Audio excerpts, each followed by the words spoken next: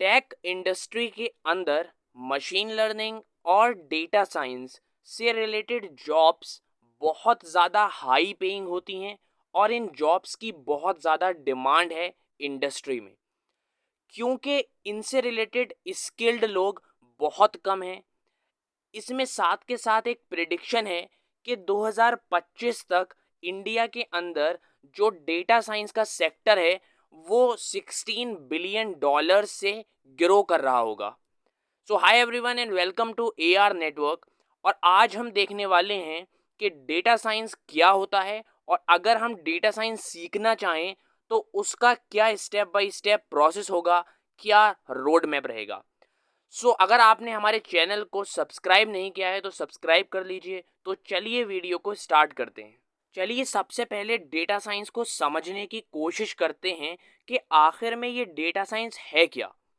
अब अगर हम में से किसी ने नेटफ्लिक्स चलाया होगा या फिर प्राइम वीडियो चलाया होगा या फिर आप यूट्यूब ले लो, यूट्यूब किसी ने चलाया होगा, तो वहाँ पर हम वीडियोस देखते हैं और हमने आज तक जैसी भी वीडियोस देखी हैं उस हिसाब से हमारे सामने नई वीडियो कुछ प्रिडिक्ट होने लगती हैं या रिकमेंड होने लगती हैं। इसके अलावा हम मेल यूज़ करते होंगे तो उस पे स्पैम में कुछ मेल्स आती होंगी। मतलब मेल खुद डिटेक्ट कर लेता है कि कौन सी जो मेल्स हैं वो स्पैम है और वो उनको ऑटोमेटिकली स्पैम में डाल देता है। इसके साथ साथ हम फ़ोन चलाते हैं तो फ़ोन पे चैटिंग करते टाइम, किसी को भी मैसेज करते टाइम या फिर कुछ लिखते टाइम जब हम किसी वर्ड की स्पेलिंग को रॉन्ग कर देते हैं तो ऊपर सही स्पेलिंग रिकमेंड होने लगती है। तो ये जो ऑटो करेक्ट का और ऑटो कंप्लीट का जो फीचर होता है हमारे फ़ोन्स में, ये भी डेटा साइंस की देन है। अब डेटा साइंस का बेसिक मतलब होता है कि काफ़ी सारा डेटा कलेक्ट करना और उसको एनालाइज करना, यानी उस पे काम करना, उसमें पैटर्न्स को ढूंढना और साथ में साथ कुछ इंसाइट्स दे देना। यानी उस डेटा से ढूंढकर हमने कौन सी नई चीज़ ढूंढकर निकाली है। जैसे अगर हम नेटफ्लिक्स चलाते हैं तो उस पर हम मोस्टली अगर कॉमेडी देख रहे हैं, कॉमेडी वीडियोस देख रहे हैं या कॉमेडी मूवीज़ देख रहे हैं या कोई और सी मूवीज़ देख रहे हैं, तो नेटफ्लिक्स अपने आप अगली जो मूवी होती है वो उसको प्रेडिक्ट करके बताता है। और बहुत ही हाई चांसेस होती हैं कि जो कॉमेडी वीडियो है वो हमारी जो है वो कॉमेडी वीडियोस ही होगी जो नेक्स्ट प्रेडिक्ट हो रही है। तो इस तरीके से जब डेटा से इंसाइट्स निकाले जाते हैं, जब डेटा से यूज़फुल इंफॉर्मेशन निकाली जाती हैं, वो डेटा साइंस का प्रोसेस होता है। अब आर्टिफिशियल इंटेलिजेंस या मशीन लर्निंग या फिर डीप लर्निंग जैसी अगर हमने टर्म्स सुनी हैं तो ये सारी की सारी चीज़ें डेटा साइंस का ही पार्ट हैं। अब डेटा साइंस में बेसिकली तीन पार्ट होते हैं। पहला होता है डेटा को कलेक्ट करना, दूसरा डेटा को एनालाइज करना और तीसरा उससे कुछ इंसाइट्स निकालना और उन इंसाइट्स को अपने बिजनेस प्रॉब्लम को सॉल्व करने के लिए यूज़ करना। आज की डेट में सोशल मीडिया बहुत ज़्यादा है, इंटरनेट बहुत ज़्यादा है, तो हर सेकंड में हम इतना ज़्यादा डेटा स्टोर करते हैं कि उसकी लिमिट नहीं है। पहले जब इंटरनेट नया नया आया था या जब टेक्नोलॉजी का लोगों को इतना यूज़ नहीं करते थे, इतना नहीं पता था, तो डेटा बहुत कम होता था और डेटा को हम स्प्रेडशीट की फॉर्म में या फिर एक्सेल की फॉर्म में लिखा करते थे।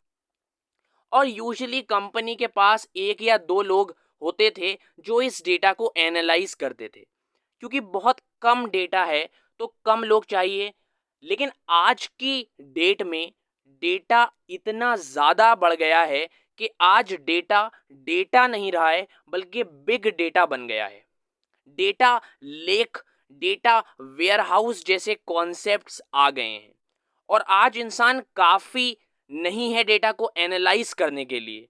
आज ऐसे ऐसे सॉफ्टवेयर्स हैं, ऐसी ऐसी मशीन्स हैं, ऐसे ऐसे एल्गोरिदम्स हैं जो हमारे लिए उन डेटा को एनालाइज करती हैं। तो ये सारी चीज़ें होती हैं डेटा साइंस के अंदर। और डेटा साइंस की हेल्प से हम बहुत सारी इंटरेस्टिंग चीज़ें कर सकते हैं। तो हम बिजनेस प्रॉब्लम को सॉल्व करते हैं। दूसरा, हम मज़ेदार प्रोजेक्ट्स बना सकते हैं। तीसरा, रियल लाइफ प्रॉब्लम को बहुत ही अच्छे से, बहुत ही क्रिएटिव तरीके से सॉल्व कर सकते हैं। अब डेटा साइंस को स्टेप बाय स्टेप सीखने का जो प्रोसेस है, उसमें 5 स्टेप आती हैं। सबसे पहला जो स्टेप है वो है लर्निंग अ प्रोग्रामिंग लैंग्वेज। अब 2 प्रोग्रामिंग लैंग्वेज हैं जो यूज़ करी जाती हैं या लोग यूज़ करते हैं डेटा साइंस में। पहली है पाइथन, जो सबसे ज़्यादा यूज़ करते हैं लोग डेटा साइंस में, और दूसरी आती है आर प्रोग्रामिंग लैंग्वेज। आर भी एक बहुत अच्छी प्रोग्रामिंग लैंग्वेज है, लेकिन पाइथन मोस्टली लोग इसीलिए यूज़ करते हैं क्योंकि पाइथन में बिल्ट इन लाइब्रेरीज होती हैं, बहुत ज़्यादा आपको इनबिल्ट रिसोर्सेज मिल जाती हैं, तो मेहनत थोड़ी सी कम करनी पड़ती है और आउटपुट या रिजल्ट जो वो प्रोड्यूस करता है वो बहुत ज़्यादा आ रहा होता है। अब पाइथन अगर हम सीखने जा रहे हैं तो ऐसा नहीं है कि हमें पूरी की पूरी पाइथन सीखनी है। हमें बेसिक्स ऑफ पाइथन सीखने की ज़रूरत है, जैसे कि लूप्स, डेटा टाइप्स, वेरिएबल्स कैसे डिफाइन करते हैं। ये सब सीखने के साथ साथ हमें 2 इम्पॉर्टेंट लाइब्रेरीज भी आना चाहिए, जैसे कि पहली लाइब्रेरी है हमारा नमपाई और दूसरी लाइब्रेरी है हमारी पांडाज।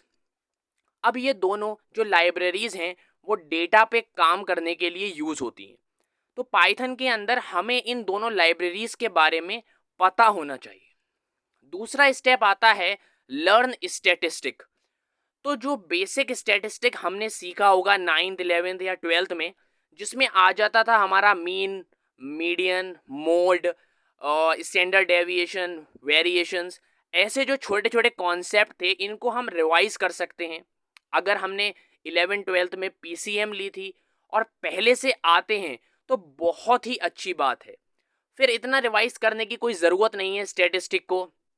तो ये बेसिक स्टैटिस्टिक हमें आना चाहिए।